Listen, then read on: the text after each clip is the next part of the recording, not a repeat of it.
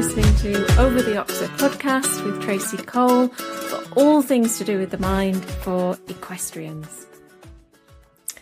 This week on the podcast, I am really thrilled that we have got Louise Einchcomb, and she's an equestrian mindset coach. She's an educator. She's founder of Rider Mentality. She combines science with coaching and real-world experience, and she supports riders and equestrian professionals to build confidence, understand behaviour, and create calmer partnerships with their horses.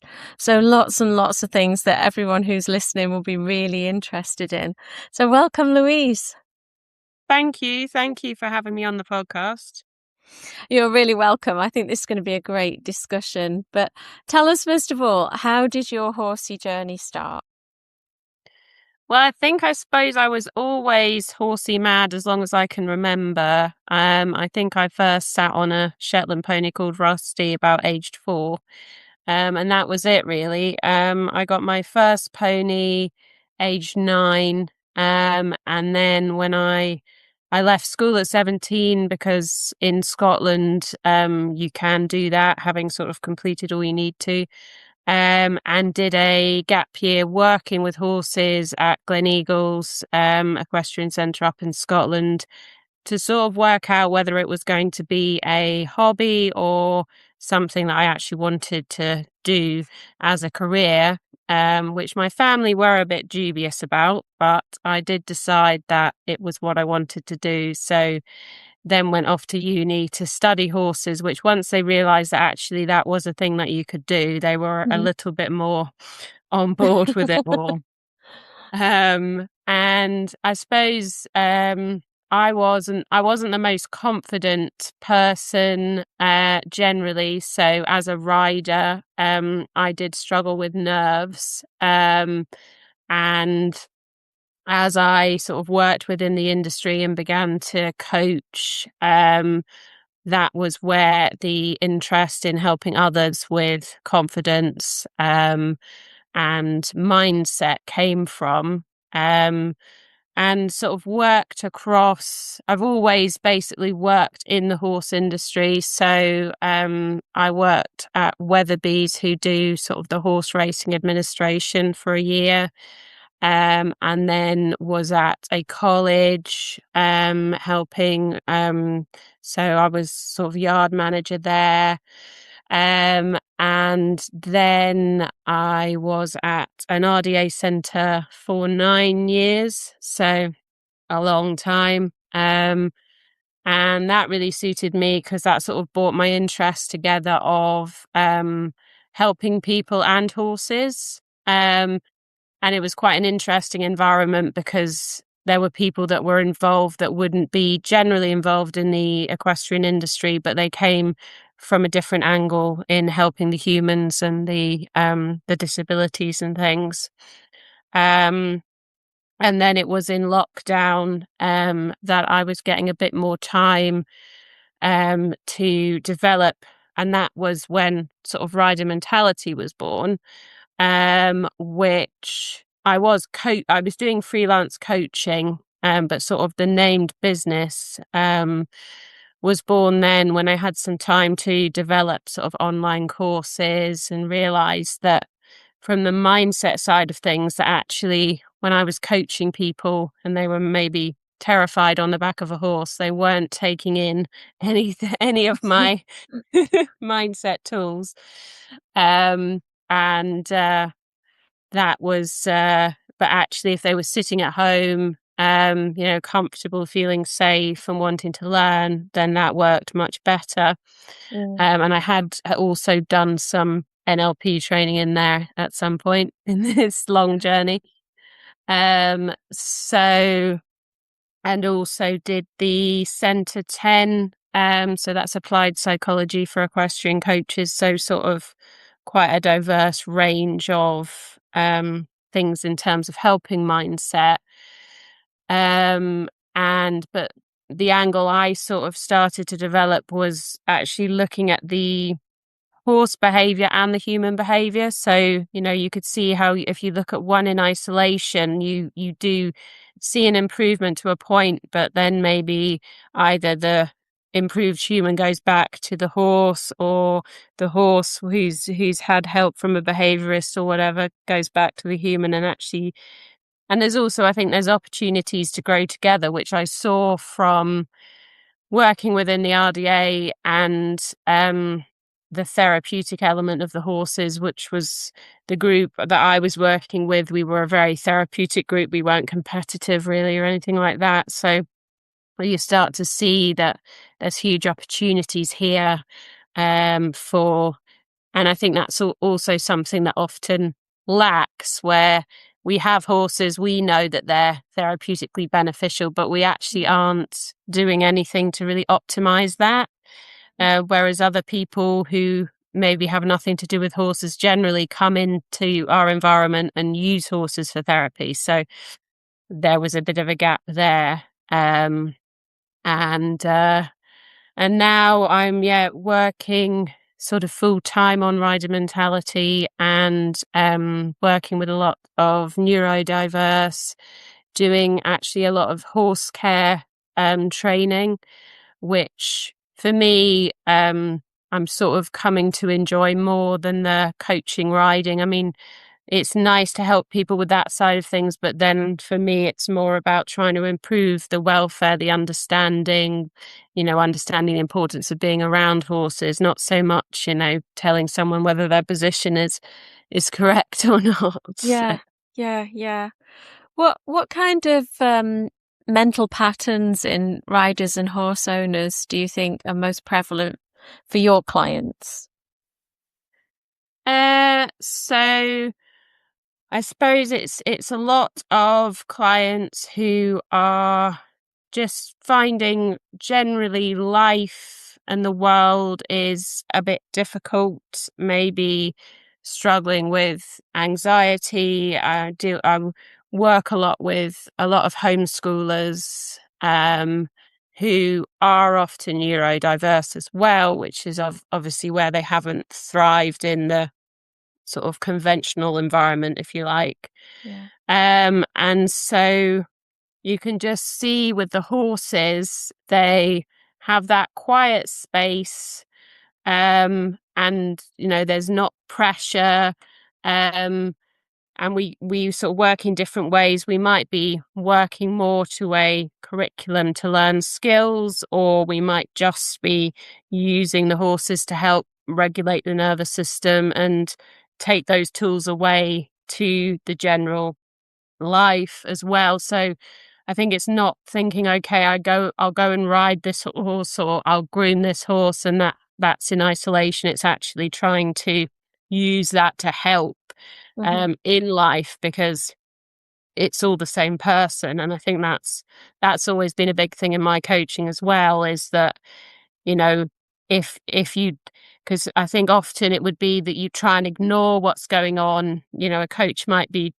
trained to, it's none of that's your business, and I mean, it's not about poking into people's personal lives, obviously, but that is all there. That comes to that riding lesson, and that might be the time that's really important for them. They want it to go well. They care about it. But if you're not helping them with the other baggage that they're bringing, then that's going to have an influence. So, and that came a little bit because my husband, he's not a personal trainer now, but he was for a period of time, and he had the same sort of ethos of, it's not just a session, it's about trying to help, the whole picture. Yeah. And so, and I think there's a huge amount in terms of, life skills development, and just trying to be regulated, which I find so interesting, because I've got he's 2.5 now.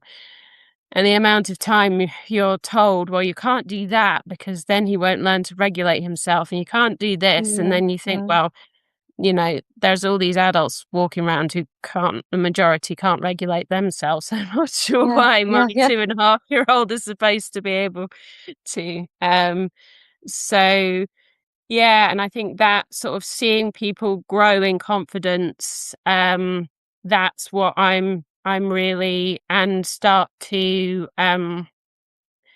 I suppose be able to be more themselves, and thrive in whatever it is they want to do. That's what I enjoy seeing people sort of, and help people go on that journey. Um, and also looking at how people learn differently. Mm. It's like, because I deliver the BHS Challenge Awards a lot, and I have some people where talking through the questions, doing things practically, what suits them best. Others who would like to go away, work on their own research online, and actually being able to identify the best way to work together. Um, that I find rewarding as well. Yeah. Yeah. So many things that you said there that I thought, oh yeah, I agree with that. Yeah, yeah, yeah. Especially, people think that their problem is to do with riding because that's where it kind of manifests, because this is your hobby, this is your free time, this is your enjoyment. But actually, like you said, you are bringing that baggage from everyday life with you. It's just showing up there. It's just like it's got all these flashing Christmas lights to it that you realize it's there. So I think that's so important that people realize that what you're doing as a rider may mirror what you're doing in other parts of your life. And also, it kind of brings us on to a little course that you've got about self-compassion for equestrians. And I thought, that what a super name for that. I don't know anybody else that's done a course like that. So thinking about self-compassion then, how does it help you in terms of being a rider and your performance? Well, it's an interesting one because self-compassion, people can think, oh, that's a little bit woo, and that's a little bit just telling, not making yourself accountable, just, don't bother getting out of bed in the morning or needing to do anything, Yeah. just be kind to yourself. It's interesting because actually, if you ask people about what potentially the negatives are, that's the kind of things they might say. Yeah. But it's not. It's actually, it's quite a strength, because it's asking the hard questions maybe of yourself, and actually what's going on, and not, I'm going to be as busy as I possibly can be, so that I don't think about those things that I don't want to think. And it's things like self-esteem, which is so based on the people around you, versus actually self-compassion, which is, it's being kind to yourself, but it's also holding yourself accountable as well. So it's not just letting yourself sort of get away with whatever it is. It's trying to be true to yourself. And it's like, I remember doing it was with the Centre 10, we did a positive psychology day, and everyone thought, oh yeah, that's just going to be, and it was actually one of the hardest days. There were a lot of people that, had real breakthroughs, but it involved them getting quite upset in the process and working through things, because actually being really, I suppose it's being honest as well. Um, and so the self-compassion, I suppose, it's good in terms of, because the horse, as we sort of know, is a master of body language. They're a mirror of what's going on for the humans. So if we're saying one thing but showing another, they're picking up on what we may not even know ourselves. Mm. So in terms of helping us be more regulated, be more true in what we're communicating. And then from a mental health perspective, in terms of, it's not an easy industry to be a part of, always to work in. And also, even if you're in a very, one of the better working environments, the fact that your horse, 1 minute you're aiming for 4-star and the next minute they've gone lame. Yeah. You have to have that resilience as well. So it's just um a useful tool that, as you say, is not something that isn't been massively associated with equestrianism, but something I'd be interested to explore more as well. Yeah. Um, and you very kindly have given us a discount code. So I will put that in the description box if anyone wants to have a little look at that. So it's £8, isn't it, with the discount code? Yeah. So it's absolutely nothing. It's a giveaway basically. But it sounds like something that is very valuable and underrated to riders. Why do you think it is that riders, compared to other sports people, whether they're recreational or amateur, why do you think we're really hard on ourselves? That's a very good question. I think it goes back a bit to the culture, which I've been exploring a bit more recently and I haven't always really thought about it, but I suppose we come from a military background, really. It's very hierarchical. And when I think back to, I mean, there's still be some definitely around now, but some of the instructors that I had growing up, that I was more scared of them than what it was that they were asking me to do, which Yeah. was the only reason that I did it. Yeah. Yeah.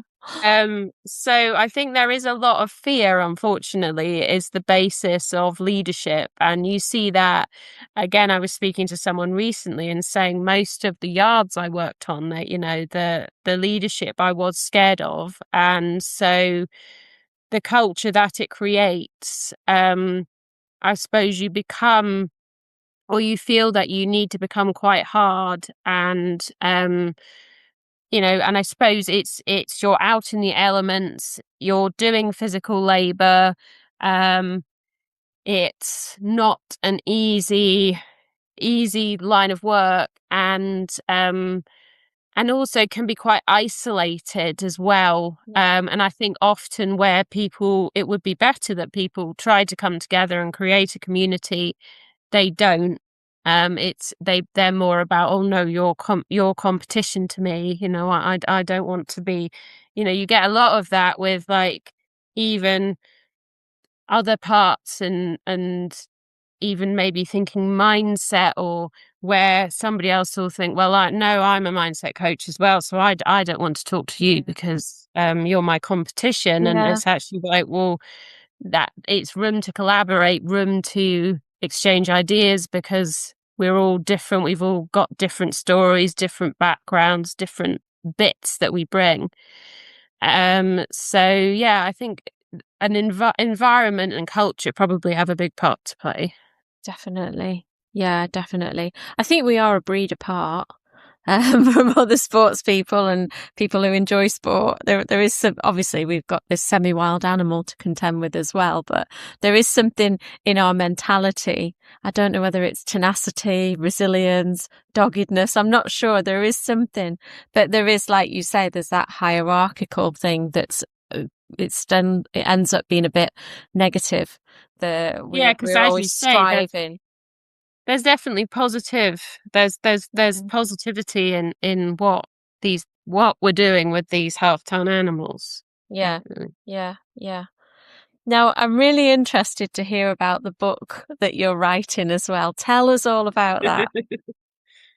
So it sort of comes from the idea that we explored a little bit in the conference that you kindly spoke on as well last year. But I suppose I take a real interest, obviously, in welfare, and a big part of what I'm trying to do with my business is to help to improve welfare. Obviously, there's a big drive within the need for social license within the industry, the need to be held accountable to people outside the industry to think that what we're doing is okay. And obviously, there's a lot of cases where they don't think so. And some of that is, well founded as well, unfortunately.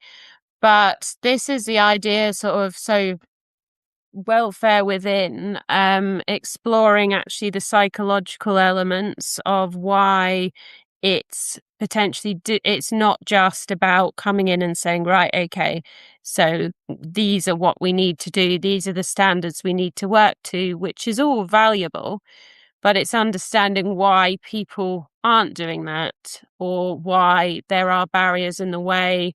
Things like, well, once you didn't know better, so you feel shame for that time and you find it harder to change now. Things like, which is a big thing on the big yards, where people, well, that's how we've always done it. We don't know any better. We are, as we've mentioned, led mostly by fear. So okay, I don't, if you really got me, I wouldn't think this is right, but I'm not going to also put my head above the parapet and say that, Yeah. because the implications for me are not, I can't, afford that mentally or financially or whatever else. Yeah. So just trying to really explore, and help in terms of thinking about what I suppose thinking about becoming aware of what's going on, the psychological barriers, and then things that we can potentially try to do to overcome them. But I think awareness is always the first step, and it's just interesting observing, because it's like seeing staff where they've gone in because they love the horses, Mm. but now you might be thinking, but they're not always putting the horse welfare first. They don't seem that fond of the horses, or it's a strange one because you think, but you're not getting paid huge amounts of money. So if it was for the money, you might as well go and work in Tesco, and Yeah. you can just walk away at the end of the day, and it's and you'd be better paid probably, in many cases. But so it's understanding how, yeah, the cultures change and people, are led in certain ways, and I suppose it's thinking about the psychological impact for them beyond the stables Yeah. of who you become in that environment as well. So yeah, quite interesting, and just interesting, because the whole idea is that if we're improving how the humans feel, that's going to help the horses, Yeah. and create better environments. Because yeah, you think you could be putting all this pressure on all this burnt out staff to reach very high welfare standards, but ultimately I think we all know that wouldn't lead to the improvements that we're looking for, and it wouldn't lead to long-term change, definitely. Yeah, yeah. It sounds like a fascinating book from the equine point of view and from the human point of view. There's a lot of changes that need to be made, but I think there are a lot of people out there as well, not only in the UK, but worldwide, who are very ready for this change and able to absorb these new ways of thinking and new ways of doing things, and are open to stopping doing what they've previously been doing. Are you finding that as well?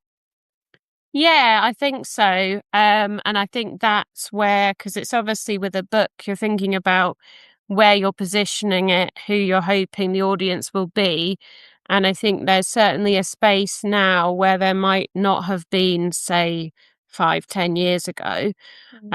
um, where people are coming up to maybe the management level, or would like to stay within the career and stay within the industry, and it be Yeah, a sustainable career for them, but they're not sure how to get there. And obviously, I think with all the employment changes, the fact that things should be improving. The equestrian industry is being held more to account, but obviously there are implications in terms of how much that's costing for people to yeah, employ as well. But it changes the industry. And but yeah, I think there is, and it's trying to bring out that positive change rather than, saying, well, being very accusing, saying, why I'm going to have a go at you because you're doing that all wrong. And yeah. is trying to actually be more supportive through education and understanding, because again, we've got obviously a lot of more novice people coming in, and riding schools have closed, so they buy a horse quicker than they would have done, and they mean very well, but obviously owning and looking after a horse is not so straightforward, Yeah. and it depends who they're guided by as well, and where they're getting their information from. So I think it's trying to think more of a positive way forward with knowledge and education, rather than just, well, I wouldn't do it like that, I'm not going to have anything Yeah. to do with that person sort Yeah. of Yeah. approach. I suppose there's two sets of people. There's the people who are older who have been doing things a certain way for a certain length of time. They go to a high level dressage or show jumping or polo or whatever, and they expect to see certain things happening, which perhaps now we're thinking, ooh, I don't know whether that's quite the best thing for the horse. So you've got those older people, but have you also got younger people coming through saying, God, why did people used to do that? I mean, why did people carry whips and, all these kind of things? Yeah, and I think you can see actually when you think about it that there are changes happening faster now. The things like the whip rule, that obviously is championed by World Horse Welfare, the fact that you can use your voice in British dressage and Mhm. British Riding Club dressage tests. Now that has obviously not been allowed for the whole time that I've ever competed in dressage. But actually it was interesting, because when they came down to it, there wasn't a massive reason not to. But obviously the people where well, there would be some people where they'd say, well, that's an absolute outrage because change is difficult. Um, and it's things like the fact that we all get on, and I always joke about it with people as if we have a sword, and I've never Yeah, mounted anyone that had a sword. And it would be much better for us and our horses if we got on both sides. I haven't yeah, instigated that yet, but I think there is much more, because a lot of it is very tradition based, yeah, cultural, and not questioned. And I think, as you say, there are more people coming up questioning, and things like I saw people doing dressage tests without a bridle, yeah, and they'd gone to a big venue and an unaffiliated or whatever. And so yeah, I think there is definitely a movement, and it's just asking why in a lot of cases, and then absolutely. if it's just because we always have, or it's a just tradition thing, then can that be changed? And I think there's a big movement with the member organisations as well, because they know to continue, they've got to, welfare is a massive priority, and so Yeah, you've got to question and put the horse first, which, as you say, if people have always competed in a certain way. And I suppose it's also the thing that in an expert's hand versus an amateur's hand, it can be very different. There are obviously things like a double bridle, that might be kinder in an expert's hand who knows what they're doing with that, used in the right way. Um, but with a novice who doesn't, or somebody, even an expert, not using it in the right way, but it's like, this is where, but social media can capture a moment. And then, I had like a client yesterday who was saying, I'd like to get to a high level of dressage, but I'm never going to use double bridle because of blue tongue. And I think, well, you might be simplifying this issue slightly. So yeah. there's a lot of that around as well. So what stage is the book at the moment? Are you writing it? So it's very early stages. I'm Okay. writing the proposal at the moment. So yeah, was sort of approached the end of last year, and then just so working on some sample writing and just putting the proposal together. But it's good to be working on it and telling people about it, so I've got that accountability. It's Yeah. not just because it's something I've always wanted to do, but again, it's obviously seems like such a massive project that getting down to it. But again, I think the fact that I need to produce a proposal and have somebody that I'm sending that to, and it's just Yeah. more real than me just sitting down and deciding to write a book. Yeah. Yeah. Yeah. Yeah. So I know it is very, very early stages then, but is there a key takeaway from it that you'd like riders to have? So I think just, I suppose, looking within a little bit more, and it might be a little bit difficult, but asking just some simple questions that it might just be you on your own asking those, but you know, questioning that practice is, why am I questioning that practice? Does that sit comfortably with me? Because it's also this idea of sort of the cognitive dissonance where we're not being true to ourselves. Yeah. And I've certainly found that at times within the industry where I've thought, I'm feeling uncomfortable with this because this doesn't quite match up with my values, and deep in my gut, doesn't feel right. And it's obviously, it might not be that you can take instant action. It's difficult. You might need to think of ways that you tackle that, but it's recognizing that and honoring that, rather than I'll just push that down and become okay with that, because Mm, I think we need more people to ask why, and that leads to change within the definitely. industry. Yeah. Definitely. I think that that is the biggest question that people can ask themselves, isn't it? In all kinds of areas as well.